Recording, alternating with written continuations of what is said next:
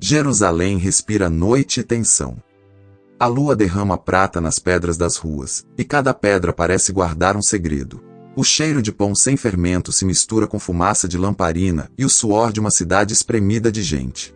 Você anda junto, ombro com ombro, sentindo a poeira subir e arranhar a garganta. As sandálias raspam no chão. Um cão late ao longe. Uma porta bate. E há uma sensação no ar, como se o mundo inteiro estivesse prendendo a respiração. Como se Deus estivesse prestes a fazer algo que ninguém consegue desfazer. Você está perto bastante dos discípulos para ouvir o roçar das túnicas. Pano em pano. Sussurro em sussurro. E Judas está ali. Não distante, mas diferente. Ele caminha com o corpo, mas o olhar não pousa em ninguém. Como se por dentro ele já estivesse atravessando outra rua, indo para outra casa, se encontrando com outra gente. E uma pergunta nasce no peito de quem assiste, uma pergunta que morde por dentro. Quando a minha escuridão é revelada, eu fico ou eu fujo? O cenáculo está iluminado por pequenas chamas. A luz dança nas paredes, tremendo como mãos nervosas. A mesa está posta, e o som de pratos e de copos é baixo, quase respeitoso, como se todos soubessem que não é uma refeição comum. Jesus está ali. Ele não está apressado. Ele parece carregar o tempo nas mãos. Ele pega o pão, e quando ele parte, o som é pequeno. Mas pesa como trovão. Pão rompendo. Silêncio abrindo. Corações prendendo o ar. Ele olha. Um olhar que atravessa pele e osso, e encontra pensamentos escondidos. E ele diz, com voz que não precisa gritar para ferir, um de vocês me trai. O silêncio morde. Você sente o silêncio como se fosse frio encostando na nuca. Um discípulo limpa a garganta. Outro aperta o copo com tanta força que os dedos ficam brancos. Sou eu, Senhor, sai de bocas trêmulas. Judas engole seco. Você vê a garganta dele subir e descer. Você imagina o gosto metálico da ansiedade na língua. Sou eu, Rabi? Ele pergunta. E a resposta de Jesus não é um espetáculo. É uma lâmina calma. Tu disseste. O ar parece ficar mais pesado. Judas se levanta. A cadeira rende. Esse render é como um aviso. Ele sai. E quando a porta se fecha, parece que a própria noite entra. Você fica com a sensação de que algo se partiu que não era pão. Jesus continua. Ele pega o cálice. A luz da lamparina atravessa o vinho, vermelho como ferida. Ele diz que é sangue da aliança. Ele diz que é derramado por muitos. E a palavra muitos fica vibrando no ar, como se coubesse você, eu, todo mundo que tenta se esconder atrás de uma máscara. E então, depois do canto, eles saem. A cidade ainda sussurra. Mas agora o sussurro tem dentes. O caminho até o Getsêmani é úmido. O ar parece grudar na pele. O cheiro de terra pisada, folhas esmagadas, e aquela doçura amarga de oliveiras. Jesus anda à frente. Os discípulos seguem. Você segue. E o coração de Jesus parece bater mais alto que os passos. Eles entram no jardim. A noite engole tudo. Mas a lua ainda recorta as folhas, e as sombras parecem mãos. Jesus para. Ele fala. Ele pede. Vigiai comigo. A voz dele não é fraca, mas é humana. É a voz de alguém que está carregando um peso que não cabe no peito. Ele se afasta um pouco. Você o vê curvar. Ele cai de joelhos. A terra encosta na túnica. E ele ora. Não como quem recita. Ele ora como quem sangra por dentro. O suor começa a brotar. Primeiro gotas. Depois mais. E você vê o corpo dele tremer. A respiração fica curta. E tem um instante em que você sente que o jardim inteiro está ouvindo. Jesus diz, meu Pai, se é possível, passa de mim este cálice. E a palavra cálice não parece uma metáfora bonita. Parece um objeto pesado, cheio de algo amargo, cheio de condenação. E então ele diz, todavia, não seja como eu quero, e sim como tu queres. Ele volta para os discípulos. E eles dormem. Dormem pesado. Boca entreaberta. Cabeça caída. Como gente que foge da dor entrando no sono. Você sente a solidão como pedra nas costas. Jesus os acorda. A voz dele não é raiva, é ferida. Nem uma hora. Ele volta a orar. O chão recebe o peso do seu corpo de novo. E então, tochas. Pequenas explosões douradas entre as árvores. A luz tremula e faz as sombras correrem. Você ouve metal. Você ouve passos apressados. Você ouve o som de homens que vêm com intenção. E o cheiro de fumaça das tochas mistura com o cheiro de oliveira, e dá náusea. Judas aparece na frente. Ele vem como guia. O rosto dele está iluminado de lado, metade luz, metade sombra. Ele se aproxima de Jesus com pressa e com cuidado, como quem tenta cumprir uma ordem sem olhar para a própria alma. E ele diz: "Salve, Rabi." A palavra soa falsa, como o beijo de serpente. O beijo encosta na pele de Jesus. Você ouve o som. É quase nada, mas é a lâmina entrando. E Jesus não recua. Ele não empurra. Ele não cospe. Ele olha Judas e chama: amigo. Amigo. A palavra não é grito, é convite.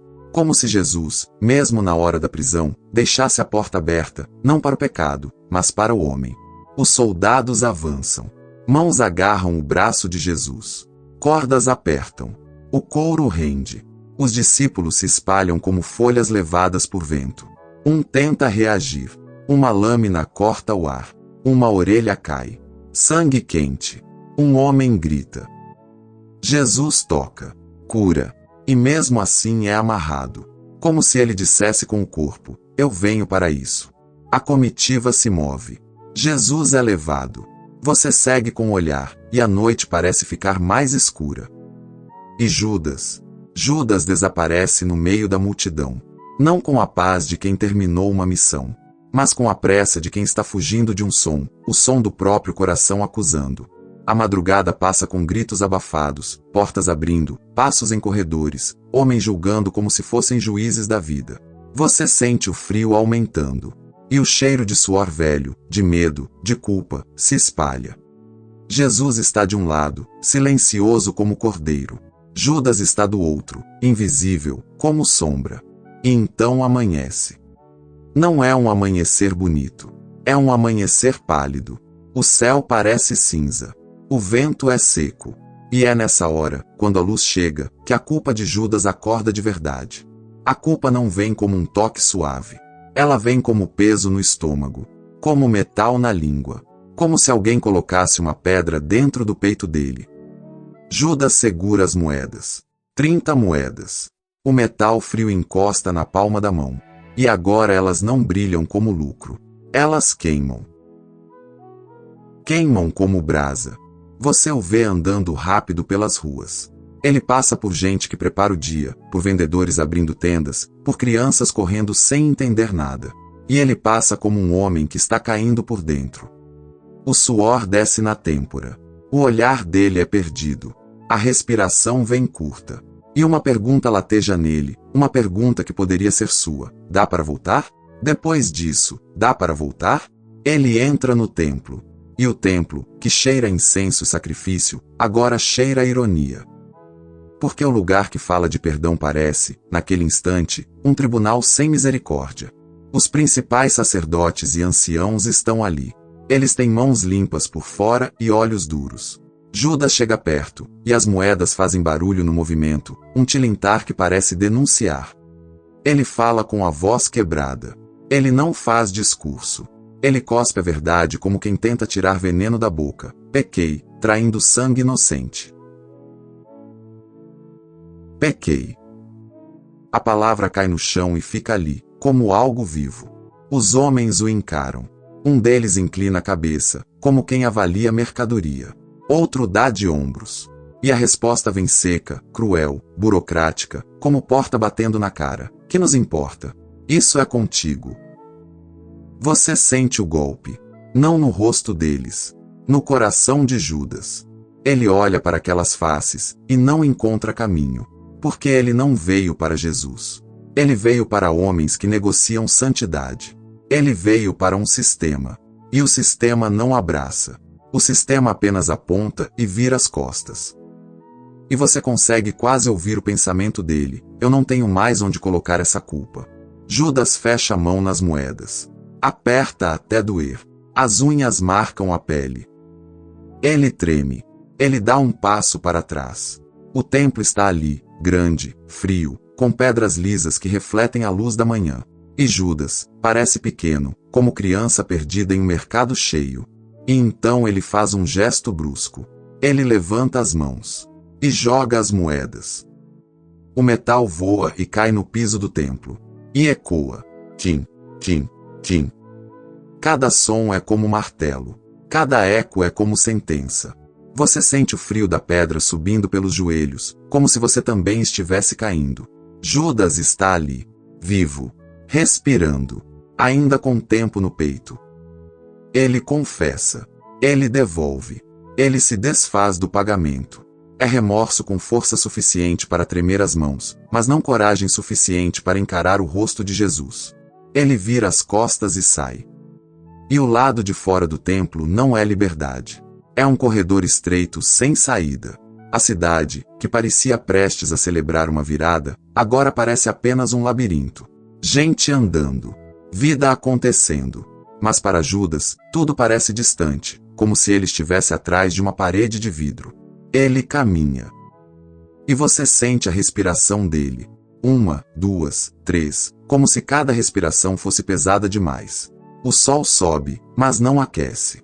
O vento passa, mas não refresca. E a culpa vai apertando como corda. Uma pergunta martela: onde está Jesus agora? Eu consigo olhar nos olhos dele depois do beijo? O Evangelho não mostra Judas encontrando Jesus. Ele não volta ao jardim. Ele não corre para casa, onde os discípulos se escondem. Ele não se joga aos pés do Mestre. Ele corre para longe. E o lugar para onde ele corre não é um lugar de cura. É um lugar de fim. Um campo. Terra vazia. Um pedaço de chão que mais tarde ganha nome de sangue. O vento levanta a poeira.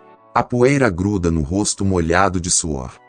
O céu parece grande demais, e Deus parece longe demais. Judas para. Ele olha para as próprias mãos. As mãos que seguram dinheiro, que entregam beijo, que agora não sabem onde descansar. E você sente o corpo dele cansado, como se ele tivesse corrido dias, não horas. O estômago revira. A garganta fecha. Ele engole e não desce. O texto de Mateus, capítulo 27, versículos 3 a 5, coloca você diante da tragédia sem enfeite. Judas, vendo que Jesus é condenado, arrepende-se e devolve as 30 moedas de prata. Ele diz: pequei, traindo sangue inocente. Eles dizem: isso é contigo. Ele joga as moedas no santuário, retira-se e vai enforcar-se. Você sente a corda na imaginação. Fibra áspera. Nó apertado. A árvore ou a viga. O corpo balançando. O último ar tentando entrar e não entrando. E a pergunta que ninguém quer fazer, mas que você sente como faca. Como alguém anda com Jesus, ouve Jesus, vê milagres, e termina assim? A resposta não vem como teoria. Vem como cena. Vem como contraste. Porque nessa mesma noite, outro homem também cai. Pedro está em outro canto da história. Ele não faz acordo com sacerdotes. Ele não pega moedas. Mas ele abre a boca e nega. 3 vezes. Ele nega que conhece Jesus. Você vê Pedro perto do fogo, tentando aquecer as mãos. O cheiro de fumaça entra no cabelo. O rosto dele é iluminado pelas chamas, e o medo é uma máscara colada na pele. Não o conheço. E quando o galo canta, o som corta a madrugada. Jesus passa, e olha para Pedro. Não é um olhar de eu te avisei. É um olhar de eu ainda estou aqui. E Pedro sai. E chora amargamente. As lágrimas descem quentes. O rosto fica vermelho. A garganta dói. Pedro também está quebrado. Pedro também está sujo. Pedro também tem culpa. Mas tem uma diferença que é como distância entre abismo e ponte. Judas corre para o templo. Pedro permanece perto bastante para que o olhar de Jesus o encontre. Você sente isso como um soco de realidade. Não é quem cai que define o fim. É para quem você corre depois da queda. E aqui, a história fica ainda mais pesada, porque o livro de Atos não deixa a tragédia de Judas apenas no silêncio. Atos, capítulo 1, versículos 18 a 20, abre uma janela sombria. Ele fala do campo comprado com o preço da iniquidade. Ele fala de Judas caindo de cabeça, rompendo-se pelo meio, e as entranhas se derramando. A linguagem é dura. O som é imaginado. O corpo se desintegra. Como se a própria história gritasse. O pecado sempre promete controle, mas termina em desintegração. E o campo vira notícia em Jerusalém. As pessoas apontam, sussurram, dão nome a Aceldama, campo de sangue. O nome gruda na terra como mancha. E os discípulos, mais tarde, lembram dos salmos. Eles lembram de palavras antigas que agora parecem escritas com tinta viva. Fique deserta sua habitação, e não haja quem nela habite. E também, tome outro seu encargo. A vida segue. A missão continua. Mas o buraco deixado por Judas é real. É como cadeira vazia em mesa de família. Agora, deixa eu te colocar dentro de um detalhe que muita gente evita encarar. Judas não é um personagem distante. Judas é uma possibilidade humana. Você consegue sentir isso quando a culpa te acorda de madrugada. Quando você lembra do que você disse, do que você fez, do que você viu e não deveria ter visto, do que você escondeu. Quando você fica olhando para o teto, e o teto parece um juiz. Quando você pensa, eu estraguei tudo. Judas sente. Judas sabe. Judas chama de pecado. Ele diz sangue inocente. Ele não está enganado sobre a gravidade. Ele não está brincando com o mal. Ele treme. Ele devolve. Ele tenta desfazer. Mas ele não vai para Jesus. E aqui a pergunta volta, mais afiada. Quando a minha escuridão é revelada, eu fico ou eu fujo? Eu corro para Cristo ou corro para o templo dos meus próprios concertos? Eu corro para o perdão vivo ou corro para o desespero bem organizado? Porque existe um jeito religioso de morrer por dentro. Existe um jeito correto de sentir remorso e, ainda assim, ficar longe. É quando você admite o erro, mas não admite que Jesus pode te receber. É quando você devolve as moedas, mas não devolve o coração. É quando você odeia o pecado, mas não crê no amor que perdoa. Você sente Judas tentando resolver com as próprias mãos. Ele quer descarregar a culpa no lugar que parece santo. Ele quer que homens com roupas sagradas digam alguma frase que o alivie. Mas eles não dão. Eles não podem dar. Porque o perdão não está na frieza do sistema. O perdão tem um rosto. E Judas não encara esse rosto. E Jesus não se esconde dos pecadores. Ele come com pecadores. Ele toca leprosos. Ele deixa pecadoras chorarem nos seus pés. Ele olha para Pedro negando e não vira o rosto. Ele chama Judas de amigo mesmo no beijo. Você entende? A porta não é trancada por Jesus naquela noite. A porta é evitada por Judas. Agora, fica comigo numa imaginação reverente, só por um instante. E se Judas, em vez de correr para o templo, corre para Jesus? E se ele cai no chão, agarra a poeira, e diz, eu traí, eu vendi, eu beijei e entreguei, eu não mereço nem respirar perto de ti. E se ele fica ali, sem argumento, apenas quebrado? Você consegue ver o Jesus que chama de amigo?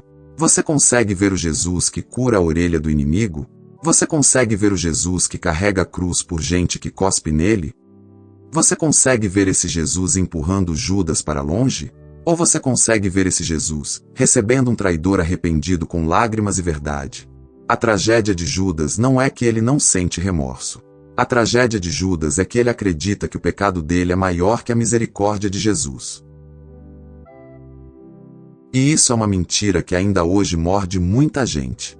Você pode estar me ouvindo agora e pensando, Lu, eu não traí Jesus com um beijo. Mas eu traí com escolhas, com palavras, com segredo, com mentira, com orgulho, com indiferença. Eu fui avisado, e ainda assim eu fui. Eu tive chance, e ainda assim eu fui. Escuta o que a noite de Jerusalém está mostrando para você. A diferença entre Judas e Pedro não é que um é do mal e o outro é do bem. Os dois falham. Os dois tremem. Os dois têm culpa. O que muda é o destino da corrida. Judas corre para a morte. Pedro corre, mesmo cambaleando, para o lugar onde Jesus ainda está, mesmo preso. Pedro não tem um plano. Ele tem lágrimas. Ele tem vergonha. Mas ele fica perto. E mais tarde, depois da ressurreição, quando o sol nasce de verdade, não apenas no céu mas no coração da história, Jesus procura Pedro. A brasa acesa. O cheiro de peixe. O som do mar. Jesus pergunta 3 vezes: Tu me amas? E cada pergunta não é tortura, é cura. Jesus refaz o homem onde ele quebrou. Judas não chega nesse lugar. Não porque Jesus não seja capaz, mas porque Judas não permanece. Agora, eu quero trazer você de volta para sua casa, para o seu quarto, para sua madrugada. O ano pode estar virando, ou a sua vida pode estar virando. E a culpa tenta te vender 2 mentiras. Você não tem mais volta ou você resolve sozinho. A primeira mentira é desespero. A segunda mentira é orgulho. As duas te afastam de Jesus. E o diabo não se importa se você vai se punir ou se justificar, desde que você não corra para Cristo. Hoje, o convite não é para você se punir melhor. Não é para você se odiar com mais intensidade. É para você voltar para a pessoa. Porque arrependimento sem Jesus vira corda. Arrependimento com Jesus vira caminho. O veredito espiritual dessa história é simples e pesado. Culpa sem Cristo mata, mas culpa levada a Cristo vira perdão e vida. E agora o espelho. Olha para você. Quando você erra, para onde você corre? Você corre para o templo do desempenho, tentando pagar com boas obras? Você corre para o templo da distração, tentando esquecer com tela, bebida, sexo, barulho? Você corre para o templo do orgulho, dizendo não preciso de ninguém? Ou você corre para Jesus, do jeito que você está, com a verdade crua na boca? Porque é aqui que a virada verdadeira acontece. Não é apagar o passado. É ser alcançado no presente. É permitir que o olhar de Jesus te encontre, como encontra Pedro. Você não é definido pela sua pior noite se você volta para Cristo. Em Jesus, traidor não precisa ser nome eterno. Negador não precisa ser destino. Existe perdão que não é teoria. É sangue derramado. Sangue inocente, derramado por culpados que voltam. Agora, eu faço um convite sem maquiagem. Se você sente o peso de Judas rondando a sua mente, aquela sensação de acabou para mim, você não precisa terminar essa história do mesmo jeito. Você pode parar agora, respirar e orar comigo. Senhor Jesus, eu não vou correr para longe. Eu não vou negociar com a vergonha como se ela fosse minha dona. Eu trago minha culpa para ti. Eu confesso o meu pecado. Eu chamo pelo teu nome. Me alcança aqui, no presente. Me dá coragem de ficar perto. Me dá fé para crer que teu sangue é maior que o meu erro. Eu volto para casa.